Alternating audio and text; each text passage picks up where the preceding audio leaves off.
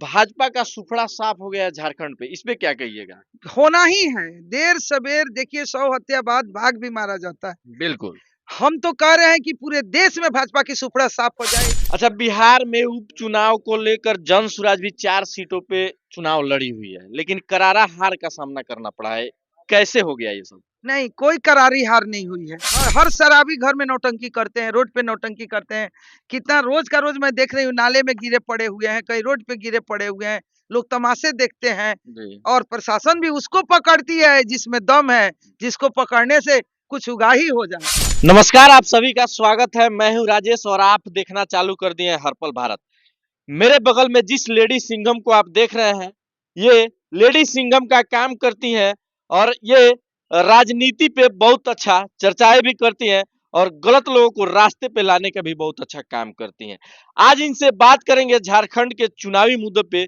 वहां पे चुनाव खत्म हो चुका है, महाराष्ट्र में भी चुनाव खत्म हो चुका है और देश के सबसे बड़े पार्टी कहे जाने वाले बीजेपी के स्टार प्रचारक बन के मनीष कश्यप झारखंड में गए हुए थे। इस पे भी खास बातचीत करेंगे आज इनसे।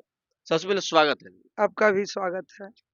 अच्छा, सबसे पहला सवाल है आपसे कि झारखंड में हेमंत सोरेन की सरकार बनने जा रही है, क्या कहिएगा? बहुत बहुत शुभकामनाएं हैं।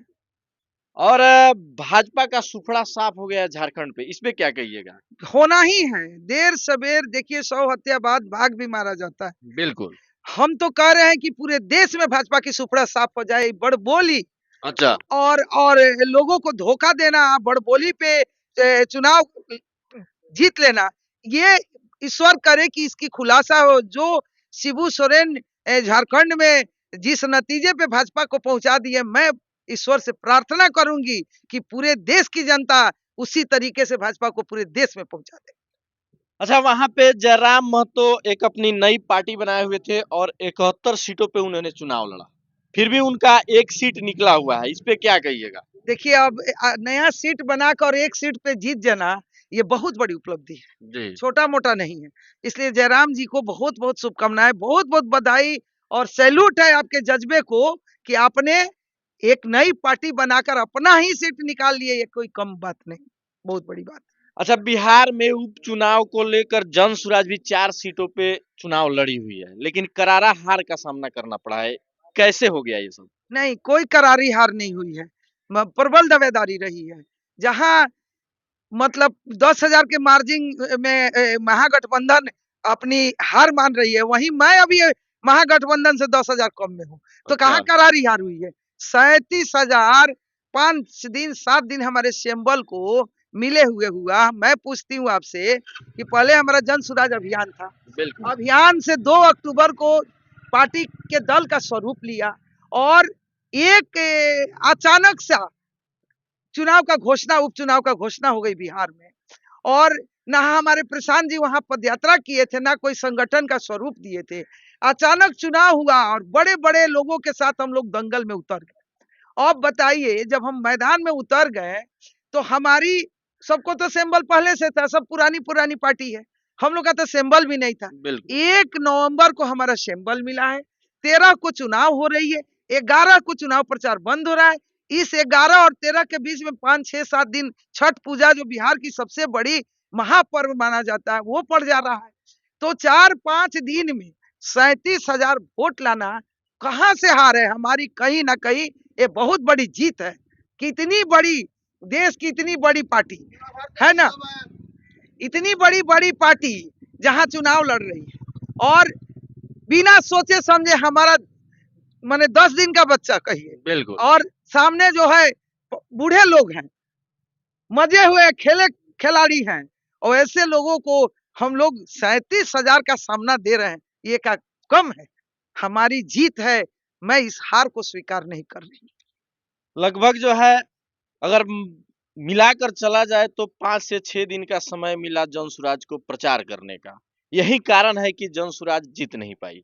बस बस। और मैं बिहार की जनता से एक चीज पूछना चाह रही हूँ कि जो बिहार की व्यवस्था है, क्या आप लोग संतुष्ट है? अगर संतुष्ट नहीं थे तो आप लोग क्यों नहीं जनसुराज को समर्थन दिए? तो फिर एक तरफ मेरा मन ये हो रहा है कि भाई हमारा सिंबल 5 दिन, 1 नवंबर को एक मेरा सिंबल मिला है और 13 को नवंबर को चुनाव हो रही है, 11 को प्रचार बंद है, तो इतना जल्दी में हम लोग अपने बैग को हर घर में भी नहीं पहुंचा पाए, जी इसलिए बिहार की जनता को बहुत दोषी भी नहीं मानेंगे। जी तो हम कहीं ना कहीं कहेंगे कि ये चुनाव आयोग और सरकार का जो ये बढ़ावा है, अचानक से घोषणा कर देना, और न पदयात्रा न मेरा कोई संगठन, तो इसलिए 37,000 वोट आना हमारी जीत ही है। अच्छा, 2 अक्टूबर को जिस दिन पार्टी का रूप लिया जनसुराज, उस दिन प्रशांत किशोर जी उन्होंने कहा कि बिहार में शराबबंदी हम चालू करेंगे, जबकि शराबबंदी से महिलाएं खुश हैं। तो कहीं इसको लेके जनसुराज को वोट करता हुआ तो नजर नहीं आ रहा है। नहीं नहीं, कौन महिला खुश है? हमसे ज्यादा महिला का नेतृत्व कोई करेगा? बिल्कुल बुलाइए उस महिलाओं को। जी बेटा पी रहा है, पति पी रहा है, महिलाएं घर में रो रही है, पिटा रही है, मर रही है, शर्म से किसी को नहीं कह रही है। कौन महिला खुश है? कोई किस महिला पे शराबबंदी का, अगर पूर्ण रूप से शराबबंदी का असर होता तो प्रशांत जी कभी नहीं कहते कि शराब हम खोल देंगे। जी पूर्ण रूप से बंद हो जाए तो शराबबंदी बेहतर चीज है, लेकिन बंद कलम कागज में है, रियल में तो जो पहले शराब का व्यवस्था था उससे ज्यादा होम डिलीवरी है। आज युवाएं 12 साल, 6 साल, 8 साल जो बच्चे होश संभाल रहे हैं, वो चरस गांजा अफीम पी रहे हैं। जी मैं कैसे कहूं कि प्रशांत जी गलत डिसीजन ले लिया? कोई काम पूर्ण रूप से बंद कर दीजिए, नहीं तो पूर्ण रूप से चालू कर दीजिए, प्रशांत जी का ये कहना है।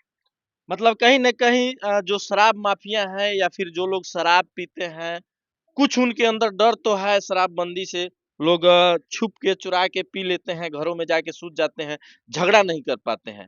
तो क्या ये अच्छा है या फिर खराब है? नहीं, कौन सो जाता है? हर शराबी घर में नौटंकी करते हैं, रोड पे नौटंकी करते हैं।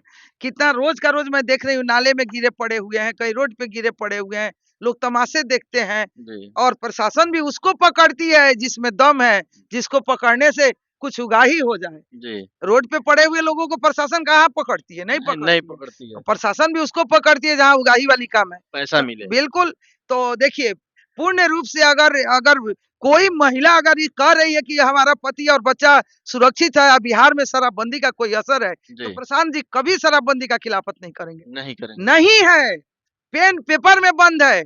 और आने वाला युवा, अभी हमको लग रहा है कि बिहार का वो दशा है, दिशा है, जो आने वाला पीढ़ी, हमको लग रहा है कि कोई घर नशा से मुक्त नहीं होगा। नहीं होगा। ये परिस्थिति हमारे बिहार की है।